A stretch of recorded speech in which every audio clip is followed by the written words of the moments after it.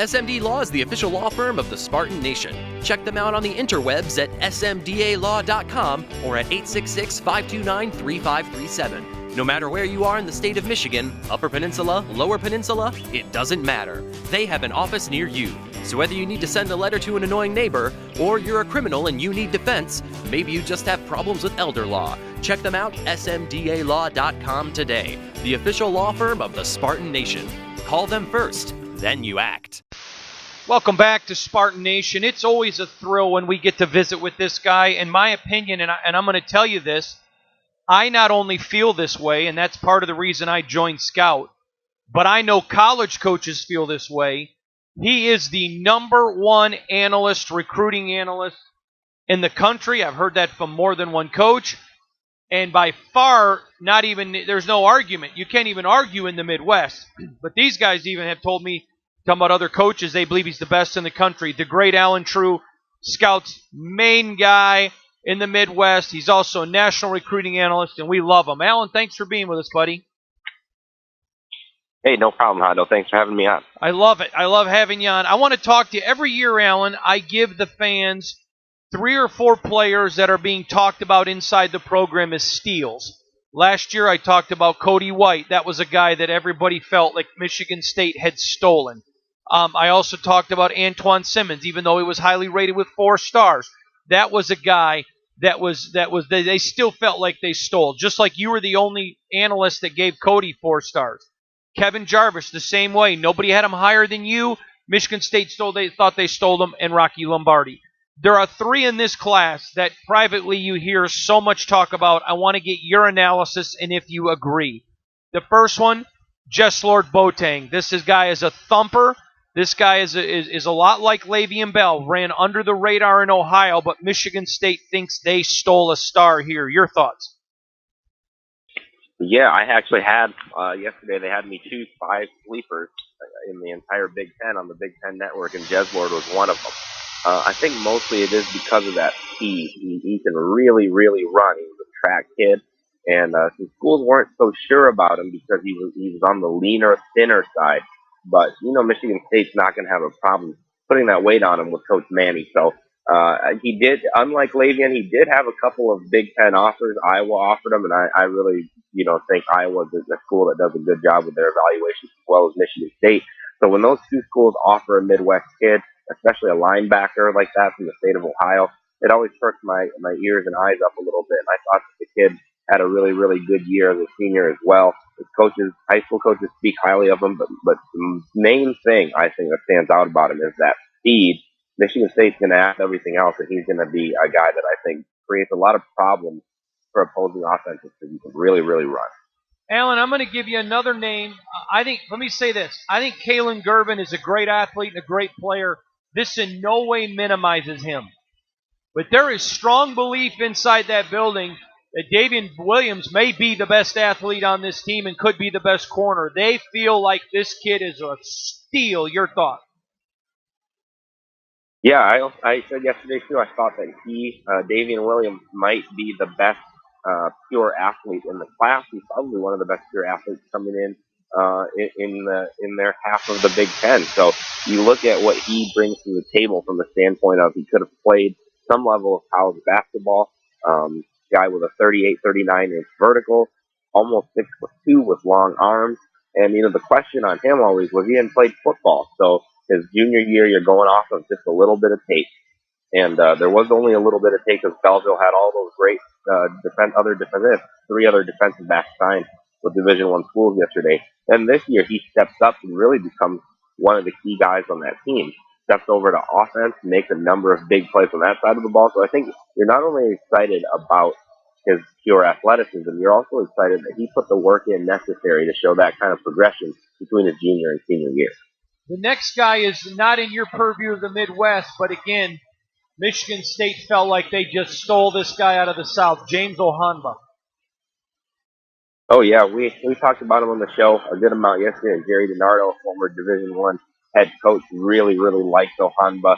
And Stoll, I think, is right because he had some schools down there looking at him. It was a recruitment that seems like at other points in time other schools may have some advantage. He comes up on an official, and Michigan State gets him into the class.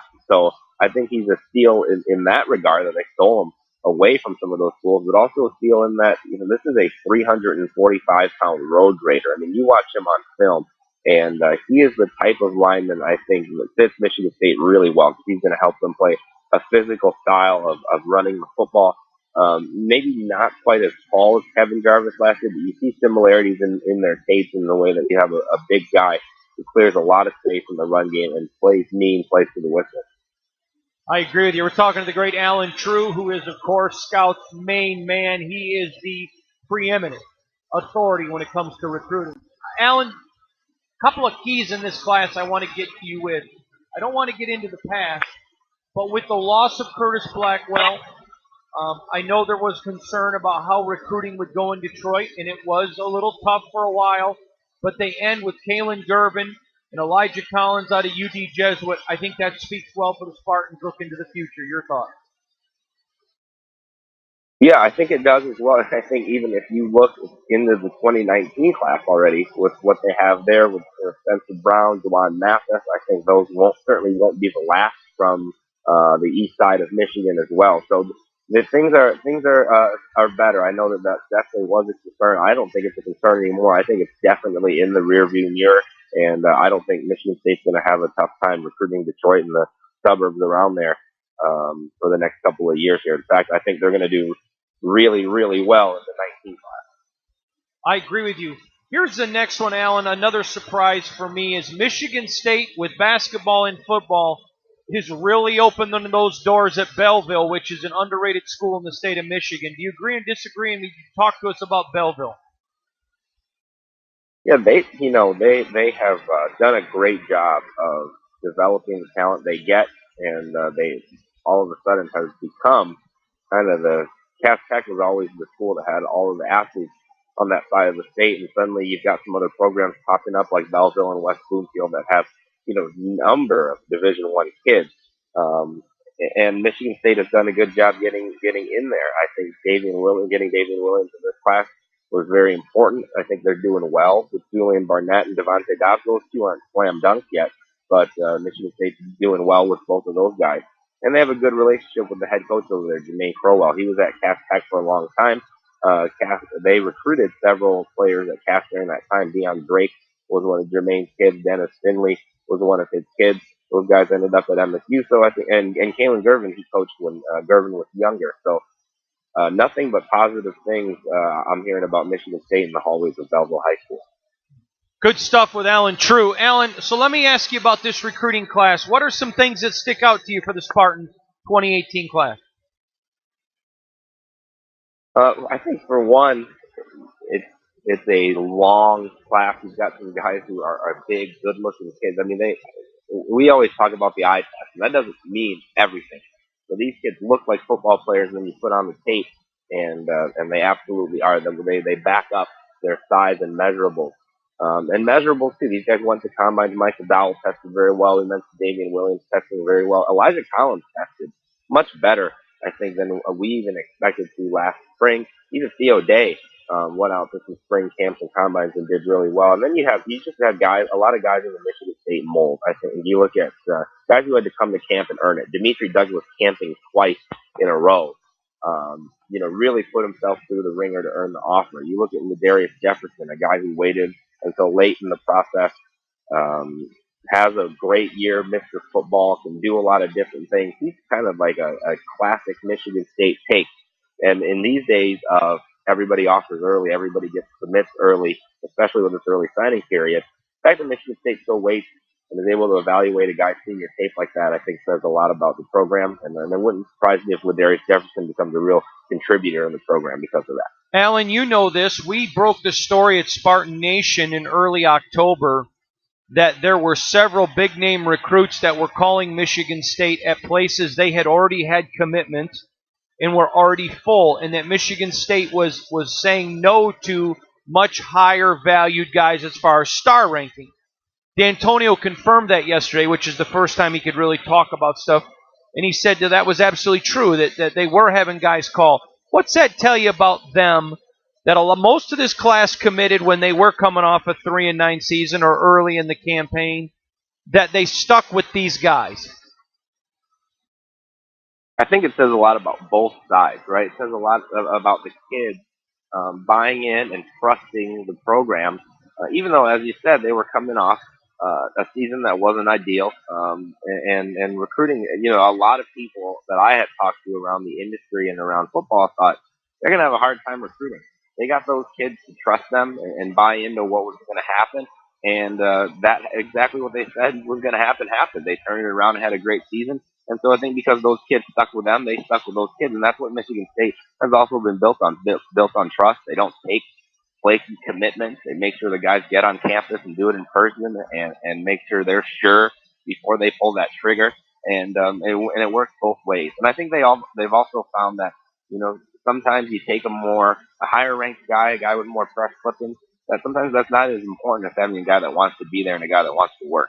And that's what the program has been built on. And it was, I think it was good to hear that confirmed yesterday that they turned down some guys that may have moved the needle a little bit more in terms of rankings, but were kind of late comers to the party, and stuck with the guys that wanted to really be there from the start.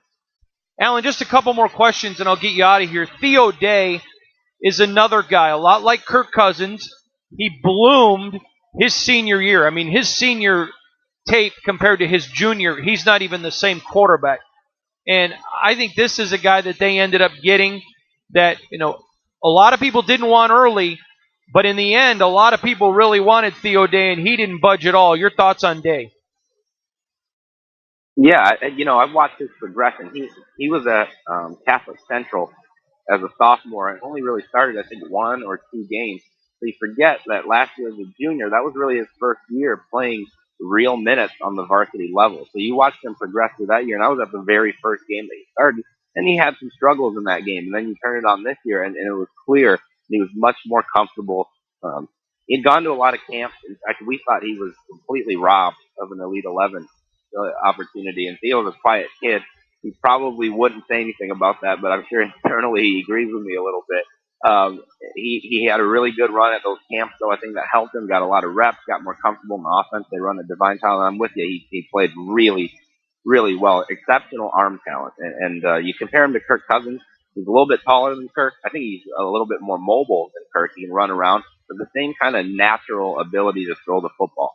And you mentioned that progression again. A guy who really, really turned it up between his junior and senior year. You're catching a guy on a rise, and I think Theo is going to need probably a year or two to add some weight, but I think he certainly has an extremely bright future in this class. I think because he committed so early, maybe. I don't know that he's talked about enough in this class. I think he's one of the top guys in the group. Alan, last question for you, and we'll get you out of here, but it's an important question. Running back. They pick up Elijah Collins, who because you reported it and Spartan Nation reported it when everyone else was talking about, they're looking at him as an athlete or other positions. We maintained all along he was their number 1 running back choice. D'Antonio admitted it yesterday, but they had him and Ladarius Jefferson at running back. That's very good news for the Spartan Nation.